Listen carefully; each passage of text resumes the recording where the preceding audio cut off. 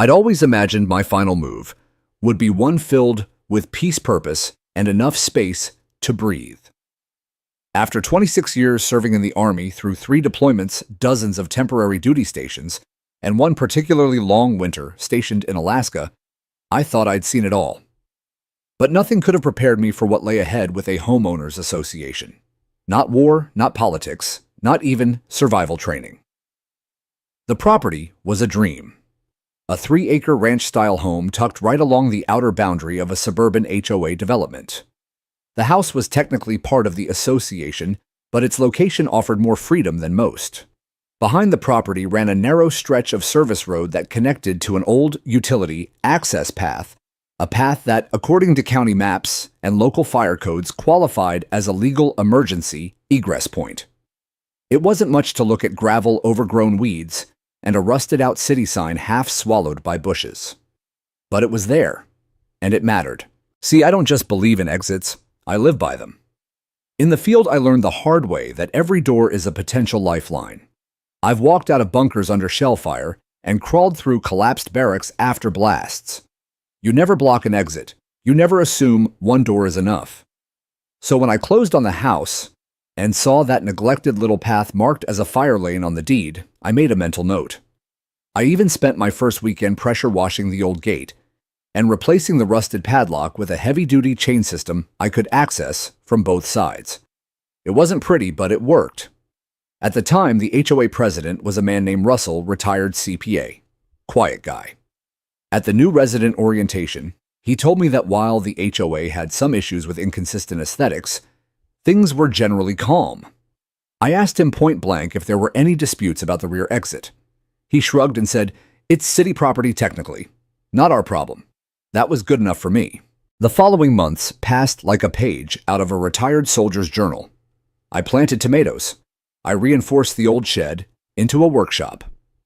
I built a proper chicken coop, predator-proof and well within county code. The neighbors mostly kept to themselves, aside from the occasional nod over a fence or a wave from across the mailbox clusters. Then one morning in late March, Russell was gone. No notice, no goodbye email, just a quick blurb in the HOA newsletter: Russell Feldman has stepped down due to health concerns. Our new interim president, Karen Willoughby, will serve until formal elections in July. I didn't think much of it. New leadership happens. But 3 days later, I got my first notice. It was taped to my front door in a bright yellow envelope: notice of violation, printed in bold letters with a fine of $50 for unapproved gate structure visible from HOA common area. The description made it sound like I had built a drawbridge out of trash: rusting iron fixtures and unsightly access gate not approved by HOA board. Violates Article 7, Section 3 of Aesthetic Continuity. I called the number listed, expecting a misunderstanding. Karen herself answered. Her voice was sharp and controlled the kind of tone you associate with middle school principals and neighborhood watch captains.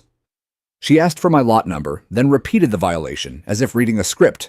I explained calmly that the gate predated my ownership, that it was city approved as an emergency exit, and that I had the documentation to prove it. There was a pause. Then she said, "I'm afraid those city documents have no bearing on HOA guidelines. Your modifications are not in compliance. Further violations will incur additional fines." I didn't argue. I didn't raise my voice, but I knew. This wasn't about a gate. It was about control.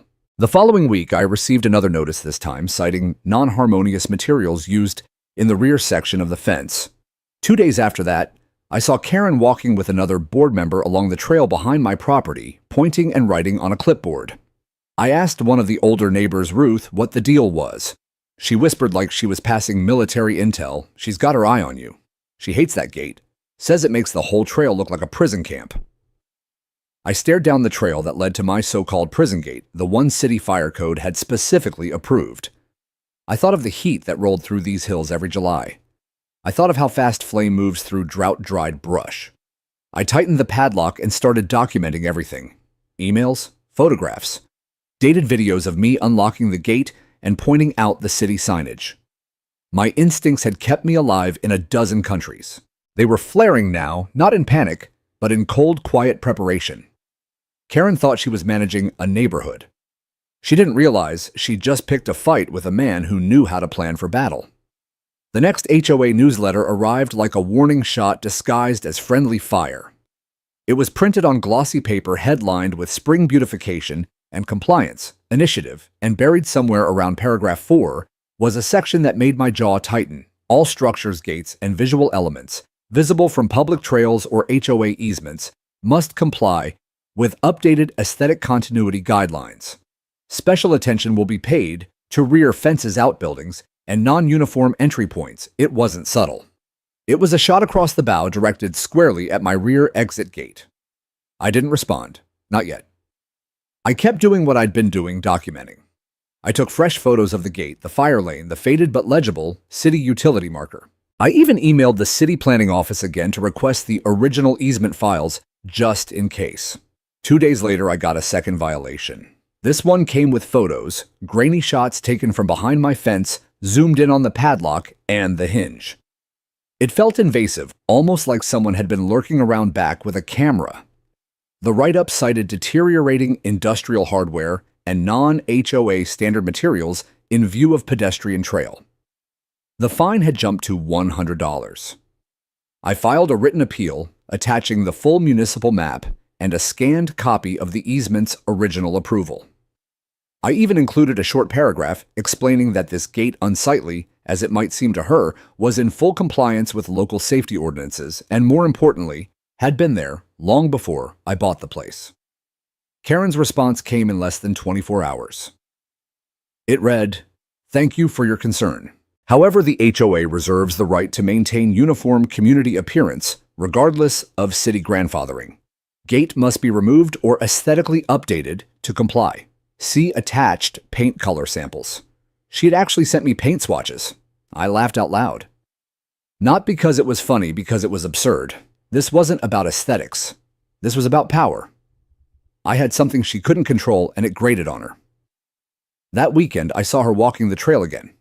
This time she wasn't alone. She had 2 other board members with her, one holding a clipboard, the other carrying what looked like a measuring tape. I stepped out onto my back deck, coffee in hand, and gave a little wave. Karen didn't wave back. She just pointed toward the gate, scribbled something, and moved on. I wasn't the only one she was after. Ruth stopped by that afternoon and told me Karen had issued 3 new violation notices in the past week. One for a mailbox that didn't match the trim color of the house, another for a swing set in someone's backyard, and a third for a decorative bird bath, too reflective apparently. But none of those were being fined $150 a day. That's what showed up next. The third violation letter came with an invoice, $150 per day. Retroactive to the date of the first notice, Karen had backdated the fine to the moment she'd first documented the gate. I called the HOA number again. This time it rang straight to voicemail. My blood pressure spiked, but I didn't lose it. I'm not built that way. Years of command taught me that anger is a tool, sharp, dangerous, and best used only when absolutely necessary. So instead, I sat down at my desk and began assembling a case file. Every photo, every email, every fine, every witness, comment. I titled it, Gate Incident, Phase 1. That Monday, I took a walk around the block and noticed something interesting. Karen's house, a 2-story beige stucco with polished brass fixtures, had a stone fountain in the front yard that spouted a stream of water from the mouth of a cherub. It was loud, ostentatious, and against Article 5, Section 2 of the very same HOA guidelines she cited against me. The next day, I printed out a formal inquiry and submitted it to the board, citing a potential violation. No response. But 2 days later, I received another fine. Same gate, same amount. This time with a bolded note, non-compliance will result in HOA vote for forced remediation. Forced remediation. In plain English, they were planning a vote to have someone come and remove my gate by force. The line had been crossed. I sent an official cease and desist to the HOA, citing local code and promising legal escalation. I copied the city's fire marshal and the Office of Emergency Services. I even visited the local firehouse and spoke to a lieutenant, showing him photos and documents. He frowned. "This is a registered egress," he said. "If they block this, they could be violating the safety code, especially during fire season." Exactly. But Karen didn't care. She wasn't looking for safety. She wanted obedience. What she didn't realize, not yet, was that I had no intention of letting a power-hungry neighbor strip me of the very thing that had kept me alive more than once a way out. She thought this was about a gate. She hadn't seen what I'm like when someone threatens my perimeter. I woke up that morning to the shrill beep of my phone, another notification from the HOA app, and I already knew what it was before I swiped. Violation update, final warning. The words glared back at me in red. This time it wasn't just another fine.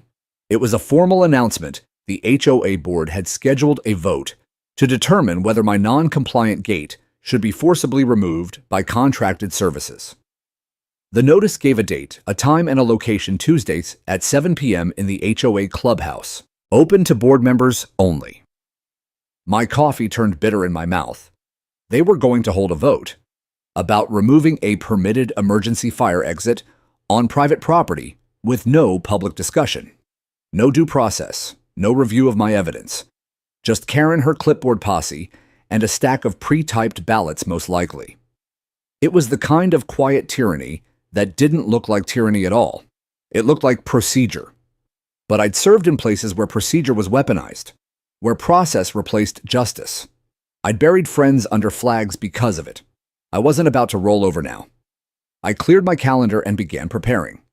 The first thing I did was send certified letters to every HOA board member with copies of the easement, fire marshal recommendations, and a notarized affidavit from the previous owner stating that the gate was required under the property's original development agreement. I CC'd the city attorney's office and fire department again for good measure. Then I went door to door. It's not something I like doing. I'm not a politician. But I knew I couldn't rely on logic alone, not when Karen had been spinning her narrative through newsletters and beautification campaigns. I needed my neighbors to see what was really happening. Ruth was the first to answer. She looked at the stack of documents in my hand and shook her head.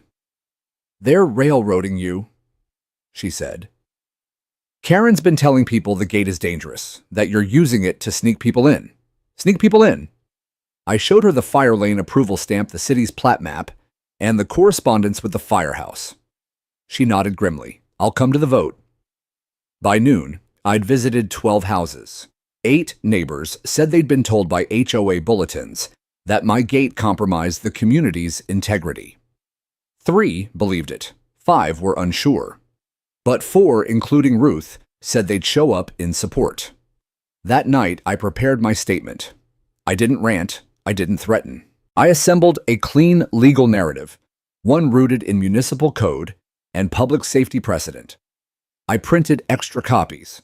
I brought photos, video clips, and screenshots of every infraction Karen's own property had committed. But when I walked into the HOA clubhouse on Tuesday evening, I knew I was already at a disadvantage. Karen stood at the front of the room, smiling like a realtor on a billboard. The other board members, 2 men in golf polos, and a woman with a scarf patterned like HOA logos, barely looked up as I approached. The room was filled with folding chairs. Maybe 20 residents had shown up, most of them older, quiet, unsure of why they were even there. I raised my hand. Karen said sweetly, "I'm sorry, this is a board-only vote tonight. We won't be taking comments." I stood anyway. "I have documents proving this gate was approved by the city and required for emergency access. I've sent them to each of you. I've brought additional copies here. If you proceed with this vote, you could be held liable for obstructing emergency egress under municipal fire code." Karen smiled wider. "Noted." She turned to the board. "Shall we proceed to vote?" The man on the left. "Doug." I think his name was shifted in his chair. "Shouldn't we at least look at the papers they've been reviewed?" Karen said quickly. "There's no official variance on file. The gate is not part of the original HOA design. We're here to protect community standards." Doug looked unsure. The woman with the scarf whispered something to him, and he nodded. Karen continued. "All in favor of forced removal of the non-compliant structure at Lot 14." Hands went up. 4 out of 5. Just like that, it passed. The room went quiet. I didn't raise my voice. I didn't storm out. I picked up my stack of papers and walked straight to the exit. But not before turning to face Karen one last time. "This is a mistake," I said calmly. not just legally, morally. One day, someone's going to need that gate, and you're going to wish you'd listened. She didn't answer. Outside, Ruth caught up with me.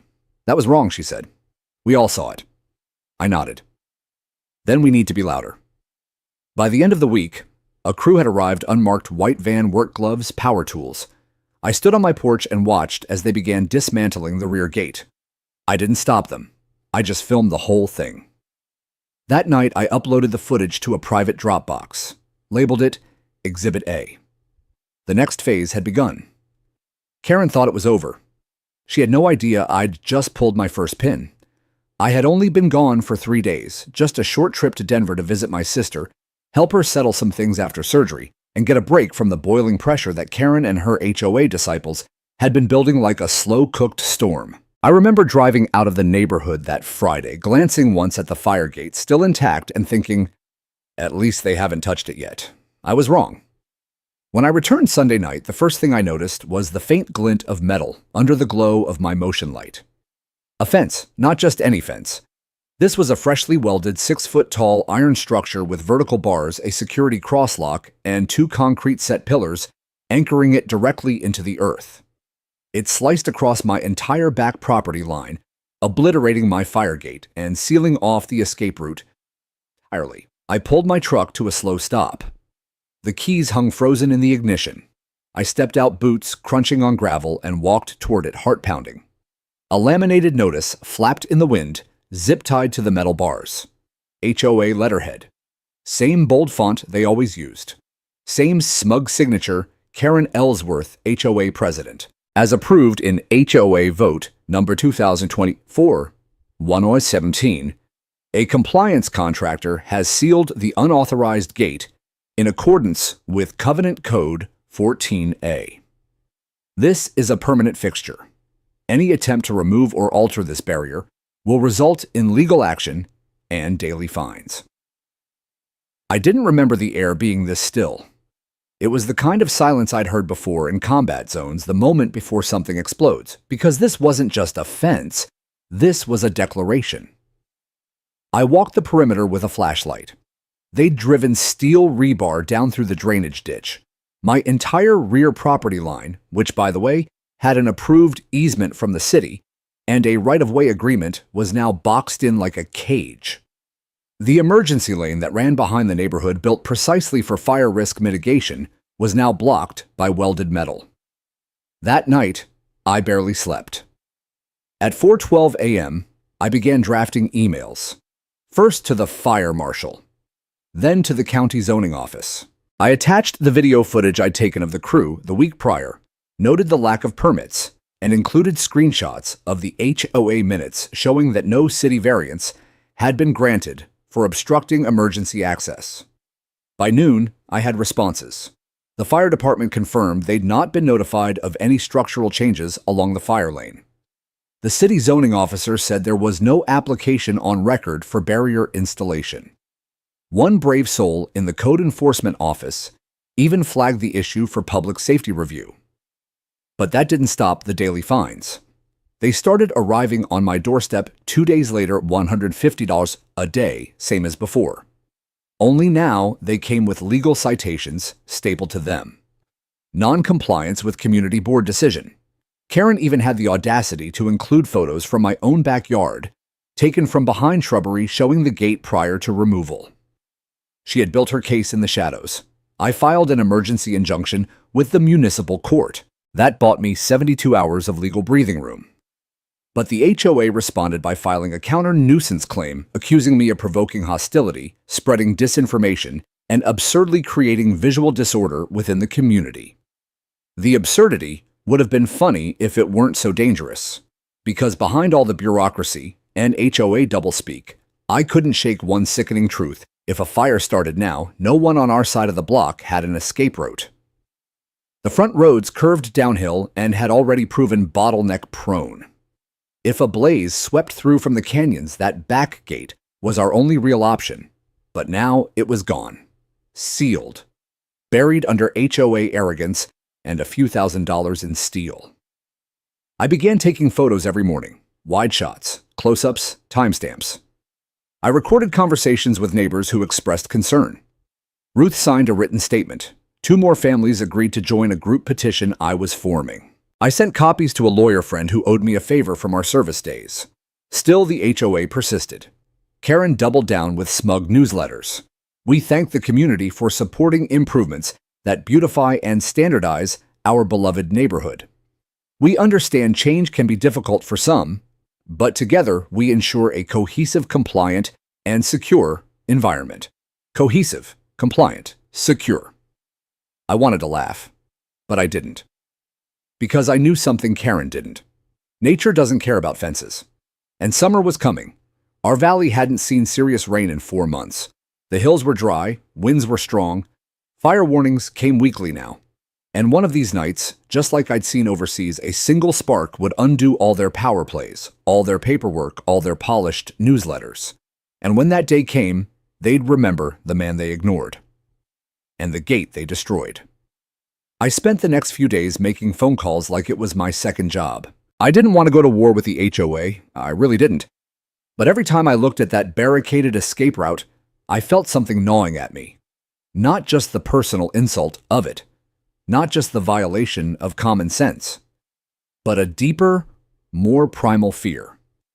The kind you learn when you've seen people trapped, when you've seen smoke crawl across ceilings like fingers, and you know that seconds, just seconds, can mean the difference between breathing and never breathing again. So I put everything into motion. First, I emailed a formal appeal to the HOA board, not that I expected much.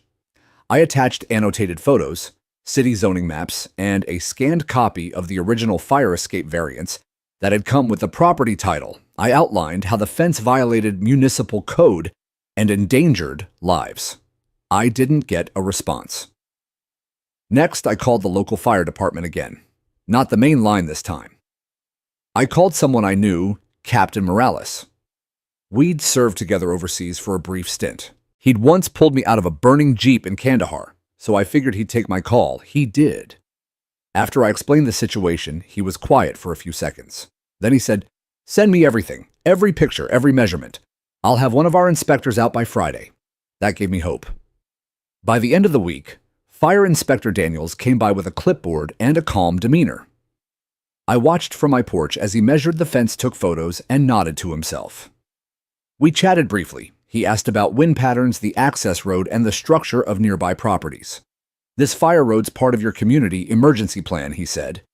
"It's in the original HOA filing with the city. Blocking it violates the fire access easement." I felt a flicker of relief. Finally, proof. But as expected, the HOA pushed back hard. Karen scheduled a special session board meeting on Monday night. It was technically public, but they only gave 24 hours notice and held it in the back room of the clubhouse instead of the usual rec hall. I showed up anyway. So did Ruth and 3 other neighbors who had signed my petition. The moment I walked in, I knew it was a setup.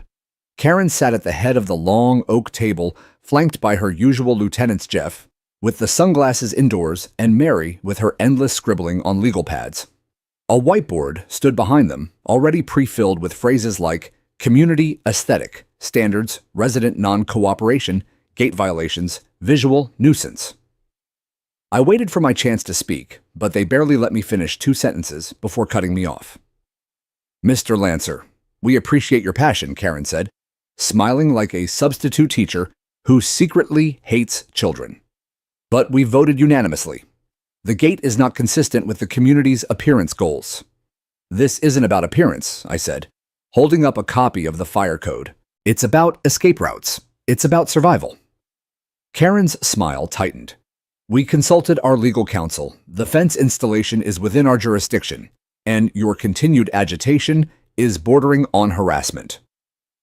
I looked at the other board members, but their eyes were on the table. So I made one final move. I stood up, held out the folder with the fire inspector's preliminary report, and placed it gently in front of Karen. "Just remember," I said, "when something goes wrong, and it will, these documents will be Exhibit A. You won't be able to say you didn't know." I left before she could respond. The next day, I filed a formal complaint with the city. Then I filed one with the County Fire Safety Board. I even submitted a copy of the situation to our local newspaper's Civic Watch column, just in case some editor was feeling brave. But the machine turned slowly. Days became weeks. The fines kept coming $150 a day. HOA officers started walking by my house with clipboards more frequently. One even took pictures of my mailbox. I couldn't tell if they were trying to catch me on some other violation or just trying to rattle me. But I stayed focused. I added more signatures to the petition, built a spreadsheet of other residents who had unresolved complaints with the board like unexplained fines, biased enforcement, and unapproved expenditures. I discovered that the HOA had spent nearly $15,000 on community aesthetic consulting in the past year, but hadn't fixed a single pothole. The numbers told a story. And then just when I thought the tide might be turning, something terrible happened. It started with a flicker, a power outage in the northwest side of the neighborhood, a downed line from the wind. Nothing out until a small spark caught the dry brush behind the houses on Red Ridge Drive. And just like that, everything I'd warned about became real. The fire started downwind. The temperature had hovered around 104 degrees that week. Grass was dry, wind was steady, and by the time the first emergency call went out, flames had already reached the edge of the HOA's central walking path.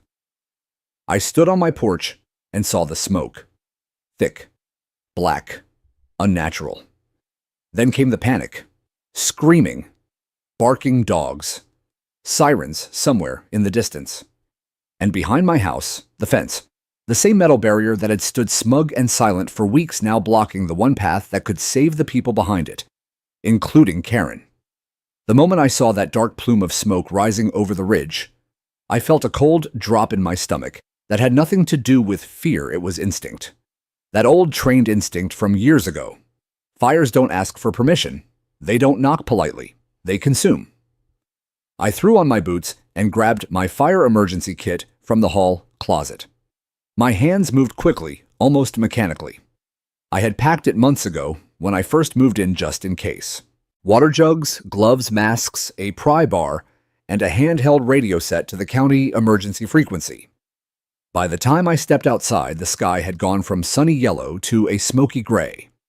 The air carried that dry, bitter scent, burning sagebrush and plastic. I could already hear the distant pop, pop, pop of exploding propane tanks, maybe from grills or gas lines further down the block.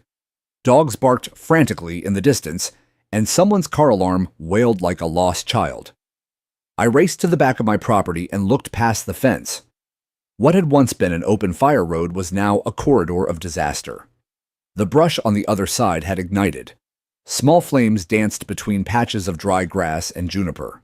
Sparks carried by the wind had already leapt into the first backyard of the homes facing the cul-de-sac. If it wasn't stopped, it would reach the densely packed houses in a matter of minutes. And worse, those houses had only one official exit, the front road.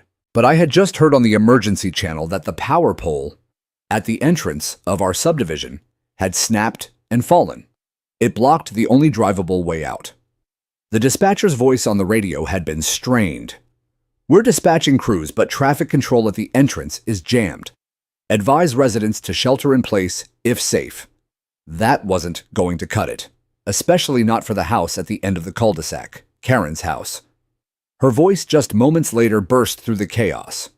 "Help someone, help!" It came from behind the fence, muffled but frantic. I sprinted to the metal barrier that the HOA had so proudly installed, the same one they claimed upheld community aesthetics. It was radiating heat from the nearby flames, and on the other side, I saw her Karen banging both fists against it. Her face streaked with soot and sweat, her eyes wide and wild. Her husband, a tall man with a limp, stumbled behind her, coughing hard. Behind them, the hedge that lined their back patio was already smoldering. She screamed again when she saw me. "Open the gate, please! The fire's coming!" There was no gate. The entire length of the fence had been welded, bolted, and reinforced with tamper-proof screws. Because appearances mattered more than function. Because rules mattered more than life. "I can't open it," I yelled back. "You blocked it, remember?" Oh. She froze her mouth open, her eyes full of the sudden realization that she had sealed herself inside a cage of her own making. "We'll die," she shouted.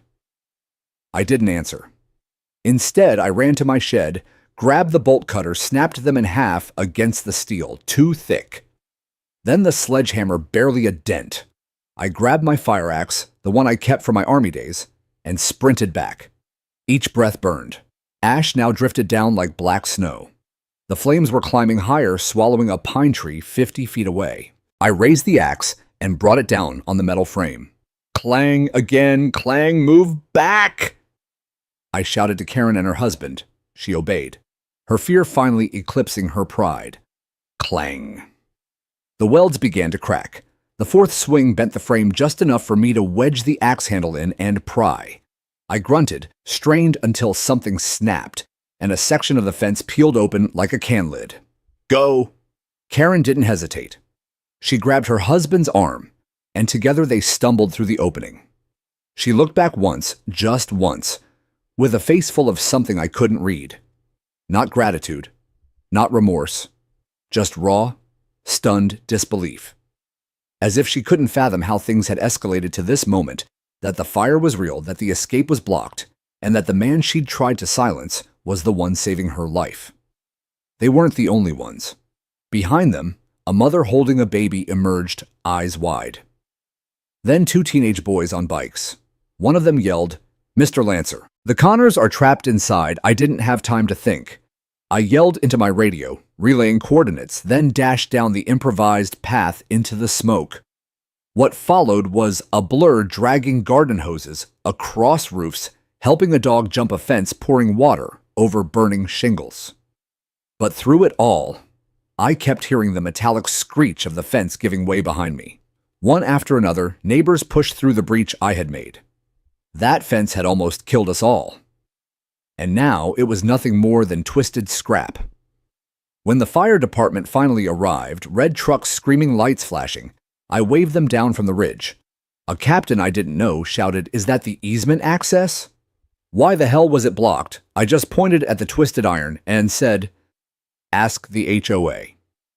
Later that night, when the flames were under control and the fire lines held, I sat on my back porch, shirt-soaked arms trembling. The back gate stood wide open, and the community finally understood what it meant to be trapped. By dawn, the ridge was charred black and smoking. The fire was mostly contained thanks to the brave work of the county fire department and the break in the wind. But the scars it left weren't just on the land. They were seared into everyone's memory. Most of my neighbors were shaken, but safe, huddled around emergency tents the Red Cross had set up at the community center. We exchanged tired nods, shell-shocked glances, and silent gratitude. The kind you don't say aloud because the words can't capture what it feels like to nearly die together. But Karen wasn't there. No. She sat on her front porch wrapped in a foil blanket flanked by two paramedics. Her husband had a bandage on his forehead and a cough that wouldn't quit. Their backyard was scorched. The pool had boiled dry and the patio roof had collapsed from the heat. They had lost a lot. Not everything, but enough to feel it in their bones. I hadn't planned to talk to her, not then. But as I walked past her house on the way back from helping clear debris near the main road, she looked up. Her eyes met mine, and for the first time since I'd moved in, she didn't look like the queen of the HOA. She looked like a woman who had watched her world catch fire. "You could have let us burn," she said quietly. I stopped in my tracks. "You blocked the only way out," I replied. "It wasn't about what I could do. It was about what you wouldn't let me do." Her eyes welled up, but she blinked the tears away and stiffened her jaw like a soldier. "I was just following protocol," she said, "maintaining uniformity." That's what the board. I raised my hand to stop her. "Karen, you welded a fire exit shut. That wasn't protocol. That was ego." She didn't say anything after that. But her silence said enough. That afternoon, the fire marshal called a meeting. We gathered in the park, what was left of it beneath the half-charred canopy of trees. Folding chairs were lined in haphazard rows, many occupied by residents still wearing masks, or wrapped in Red Cross blankets. The marshal stood in front of a large foam board showing the map of our neighborhood. Red marks showed the fire's path. A bright yellow X was drawn across the area, where the back access road had been blocked. This obstruction, he said, tapping the X, violated County Fire Code 42.3. It directly hindered the evacuation process and put lives at risk. Murmurs rose from the crowd. Karen stood in the back row, arms crossed, sunglasses hiding her face. This wasn't the fire's fault, he continued. This was a man-made mistake.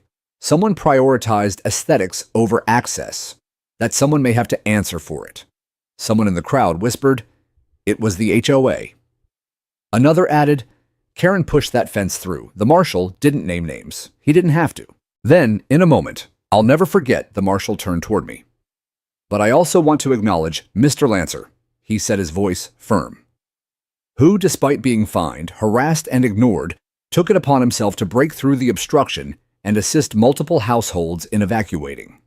His actions saved lives." The crowd applauded. Not politely, not awkwardly. It was loud, raw, earnest. I nodded once and sat back down quietly. Behind me, I could feel Karen's eyes burning into my back. Not with hatred, not with contempt. With the painful realization that she had been so wrong and the person she tried to silence had been the one who protected everyone, including her. Later that week, the HOA held an emergency board meeting, and for once, it wasn't behind closed doors. The community demanded answers. Karen stepped up to the podium, no windbreaker, no smugness. Just a pale, trembling version of the woman who used to rule every inch of this neighborhood. "I take full responsibility for the fence installation," she said. "It was a mistake. I thought I was protecting our community. But I see now. I put people in danger. I'm resigning effective immediately." No one clapped. No one cheered. It wasn't a victory. It was a reckoning. The morning after the emergency HOA meeting, the air still smelled like smoke and melted plastic. Ash clung to tree trunks, driveways, and flower beds, like ghostly fingerprints of what had almost been. The blackened fence that had blocked the fire escape stood jagged and twisted, a monument to misplaced power and nearly fatal pride. I stood there staring at it, the dull axe I had used to break it still leaning against the nearby tree. My palms were blistered. My arms ached. But the image of Karen screaming behind the gate that night, her husband coughing, the fire licking the sky behind them, was branded into my mind more than the pain in my muscles. I hadn't broken that fence to prove a point. I'd broken it because it was the only thing standing between life and death. And the irony was sharp. The same HOA rules meant to preserve safety nearly killed everyone they were supposed to protect. After the public apology and her resignation, Karen vanished. Word around the neighborhood was she and her husband had taken a leave of absence, gone to stay with family out of town. I didn't ask. I didn't need to know. But the damage left in her wake was still very much present, and not just in scorched siding or melted mailboxes. The trust was gone. Neighbors who once waved from porches now gathered in small clusters, voices lowered, questions swirling. How did we let it get this far? Who else approved the fence? Why didn't anyone speak up? And always, what if Lancer hadn't been there? I didn't want to be a hero. I just wanted to be left alone with my workshop and the quiet of my ranch road. But fate had a way of dragging you into the center when you least wanted it. That afternoon, a woman named Priya from the block over knocked on my door. Her voice was soft, but her eyes were firm. "A few of us are forming a petition," she said, "to call for a re-evaluation of all HOA emergency access policies. We need your help." I invited her in. We sat at the kitchen table. I laid out maps, zoning paperwork, and photos I'd saved from before and after the fire. My military background made me thorough. Karen had mocked that, once said I took the HOA too seriously. Well, someone had to. That weekend, we hosted an open-air town meeting, not an HOA board meeting, not behind glass and gavel, but a real gathering where anyone could speak. Families came. Seniors, teenagers, veterans, renters, owners. People who never came to HOA meetings before showed up with their stories. A young couple recounted how their garden hose saved their neighbor's dog before the fire trucks arrived. An older woman described tripping over the new fence during her escape attempt. Another man broke down in tears, confessing he hadn't voted during the aesthetic gate removal ballot because he didn't think it mattered. But it did. It all mattered. One by one, people realized how much power they had handed over in the name of compliance and how much damage it had done. The county council called me 2 weeks later. They had seen the news reports, read the fire marshal's report. They invited me to speak at a safety reform panel. When I arrived, I didn't bring anger. I brought evidence, photos, code violations, HOA meeting transcripts, and the voice of our neighborhood, raw and real. I spoke not as a veteran, not even as a victim, but as someone who believed in neighborhoods, protecting one another, not policing each other. By the end of the session, 3 county representatives had agreed to review their municipal code regarding private associations and fire safety compliance. It was a start. Back home, the scars of the fire slowly began to heal. Neighbors helped repaint fences, replace roofing, replant what had been lost. The HOA board was restructured. Emergency preparedness training became a requirement, not an option. And the backfire gate, it was reopened. Not just for me, for everyone. A motion was passed to name it officially on the neighborhood map, the Lancer Gate. They even put up a modest sign. I didn't cry when I saw it, but I did touch it. The cool metal reminded me not of pride, but of duty. Not the kind you wear in uniform, but the kind you carry when you see something wrong, and do something anyway. 3 weeks after the fire, our neighborhood finally exhaled. The blackened tree trunks still whispered of how close we came to losing it all, but now the air buzzed with something else entirely reckoning. The county's formal investigation wrapped faster than anyone expected. Fire marshal reports, HOA meeting minutes, eyewitness testimonies all pointing in one direction: gross negligence on the part of the HOA board, and particularly its then president, Karen Whitlock. I was summoned to testify in a special hearing, not in court, but in front of the county's Neighborhood Safety Advisory Council, a panel of 5 officials who looked more like tired high school principals than public prosecutors. But their questions cut sharper than any lawyers. When did you first request the back gate remain open? How many formal warnings did the HOA issue? Was the fire escape in violation of any local safety codes? I had receipts. Dozens of them. Emails, photos, video footage from my doorbell cam of the contractors welding that steel gate shut while I was out of town. And perhaps most damning, a copy of a text message from one board member to another that read, "He'll thank us later." That eyesore is finally gone. They didn't realize they'd sealed more than a gate. They'd sealed their fate. That week, local media caught wind of the story. A headline ran in bold across the homepage of the regional paper Veteran Saves HOA. From Blaze, now HOA faces backlash over sealed emergency gate. Suddenly people cared, not just in our neighborhood, but across the state. Other residents from distant HOAs began writing in the comments, "This happened to my father." They bricked over his storm shelter exit. We tried to fight our HOA's gate ordinance, too. They called it beautification. We need this man on a safety board somewhere. I didn't ask for a movement, but one was forming, and at the center of it, whether I liked it or not, was me. Then came the letter, delivered not by post, but by hand. A timid knock at my door one Thursday morning, and there she was, Karen. No sunglasses, no clipboard, no smug tilt of her head. Just a plain white envelope and eyes swollen from days of crying. "I came to give you this," she said quietly, holding it out, and to say I was wrong. Inside her formal resignation letter already submitted to the HOA, along with a personal note, she admitted to prioritizing aesthetics over safety, to misusing her influence, to disregarding the very real consequences of her decisions. She didn't offer excuses, and she didn't ask for forgiveness. She simply said, "You saved our lives, and I made it harder for you to do that. I'm sorry." It was the first time I had ever seen her without the armor of authority. And it was the only time I saw her cry. I didn't say much, only this: "It's not about you. It's about making sure this doesn't happen again." She nodded and walked away.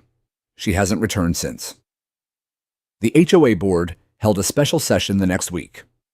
With Karen gone, a new interim president was elected, Priya, the same neighbor who had knocked on my door with a petition.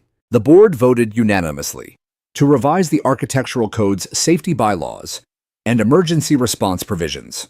Then came the restitution vote. They reimbursed me for all fines levied over the unauthorized gate, nearly $9,300. They offered to pay for the repairs to the back gate. And in a rare act of grace, They organized a neighborhood recognition ceremony in the community park. I didn't want a ceremony, but I showed up anyway. A few folding chairs, a podium, some cheap lemonade, and neighbors who once looked the other way, now looking straight at me with something new in their eyes. Respect. The fire department presented me with a civilian service recognition plaque. A local reporter snapped a photo. And in the back, standing awkwardly near the picnic tables, was a girl maybe 13 with long dark hair and a quiet smile. Karen's daughter. When it was over, she approached me, said nothing at first, then handed me a drawing. Crayon's paper slightly smudged. It showed a man breaking a fence with an axe. A little girl behind the gate. A house with flames in the distance. And beneath it, in childish handwriting, "Thank you for opening the way." I don't remember if I said thank you, but I never threw the picture away. It still sits in a frame above my workbench next to my military medals, a reminder that the loudest gratitude doesn't come in applause or headlines. It comes in moments like that. I never set out to become an activist. I was a retired military logistics officer who wanted some peace, a small garden, and maybe a place where I could teach my nephew how to fix a carburetor. But life rarely asks for permission when handing out purpose. After the fire, everything changed, not just for me, but for our neighborhood. The HOA meetings, once sparsely attended and dominated by those with the loudest voices or the deepest pockets, were suddenly standing room only.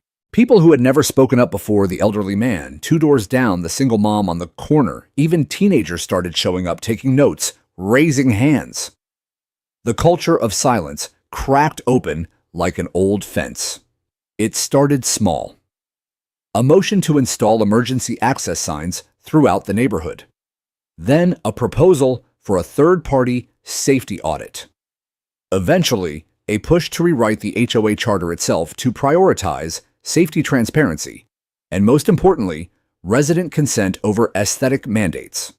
And it wasn't just our neighborhood. The story of the veteran who saved the HOA that fined him made its way onto a local radio show, then a statewide public safety podcast. People from other states emailed me, some even driving hours, just to shake my hand and ask for advice on how to stand up without burning everything down. That's when I founded Back Gate Watch. Not a political group, not a protest mob, just a collective of residents from around the county who'd experienced HOA overreach, people who wanted tools, knowledge, and community. We created an online forum, shared legal resources, helped folks connect with local fire marshals, urban planners, and housing rights advocates. We weren't trying to overthrow HOA systems. We just wanted them to remember who the word homeowner was really about. And something amazing happened. The fear began to fade. The resigned shrugs that once greeted HOA bullying turned into confident "not on my watch" declarations. Residents began documenting violations, organizing safety drills, even volunteering to support elderly neighbors with compliance paperwork. I saw teenagers printing petitions, single dads calling city council members, and one woman, a former HOA board member, tearfully confessed during a meeting, "I didn't know how much harm we were doing until someone showed me." That someone wasn't just me. It was all of us, together. And yet, for all the public change, it's the quiet things that stay with me. Like the new wooden gate behind my house this time, reinforced with fire-resistant metal, approved unanimously by the new HOA board. It even bears a plaque now in honor of those who open the way, not just for themselves, but for others. Or the knock on my door one late Sunday afternoon. I opened it to find Karen's daughter again this time, with a box of cookies. No card, no grand gesture, just an awkward smile and a simple sentence, "My mom's in counseling. She said I should tell you. Thanks again." I didn't pry. I didn't ask for details. Some redemptions don't need to be explained. Some wounds don't scar, they reshape. That night, I sat by the back gate looking out at the path beyond it, now cleared and lit with new solar safety lamps. It reminded me of my time overseas, how the smallest safe passage, even a hidden alley or a rear door, could mean the difference between survival and loss. And now here in suburban America, that same truth echoed. Freedom isn't always loud. Sometimes it's just a gate that opens when it matters most. In the end, it wasn't the fire that changed us. It was what we chose to do afterward. How we rebuilt not just fences, but faith in each other. And for the first time, in a long time, I felt like I belonged. Not because the HOA allowed it, but because the neighborhood remembered what it meant to be neighbors.